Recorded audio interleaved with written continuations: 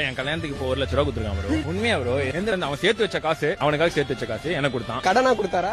இல்ல மொய் ப்ரோ. இதான் நடக்குமா? வேஸ்ட் பாருங்க. அவன் கொடுத்தா எனக்கு மொய். கல்யாணத்துல முதல் 1 லட்சம் அதை வச்சு தான் நான் செலவே பண்ணணுமா? இவன் பிராண்ட் வாங்கி கொடுப்பானா? 10 காசு ஊர்கா மட்டைக்கு வழி பண்ண மாட்டேங்கிறா சார். நக்கி நக்கி யானையோட தந்தம் தேடி அவன் ஹெல்ப் கூட பண்ணாடா. அப்படி என்கிட்ட இருக்கிறத புடுகாம தான் சரிதான். என்கிட்ட எல்லாத்தையும் தீட்டு போயிடறான். சட்டை, பேண்ட்டு, ஷூ.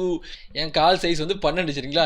என் ஷூ எங்கள் ஊரில் யாருக்குமே சேராது. எல்லாருக்கும் என்னோட கால் சின்ன சைஸ் தான். ஆனால் அதையும் தீட்டு போயிடறான்.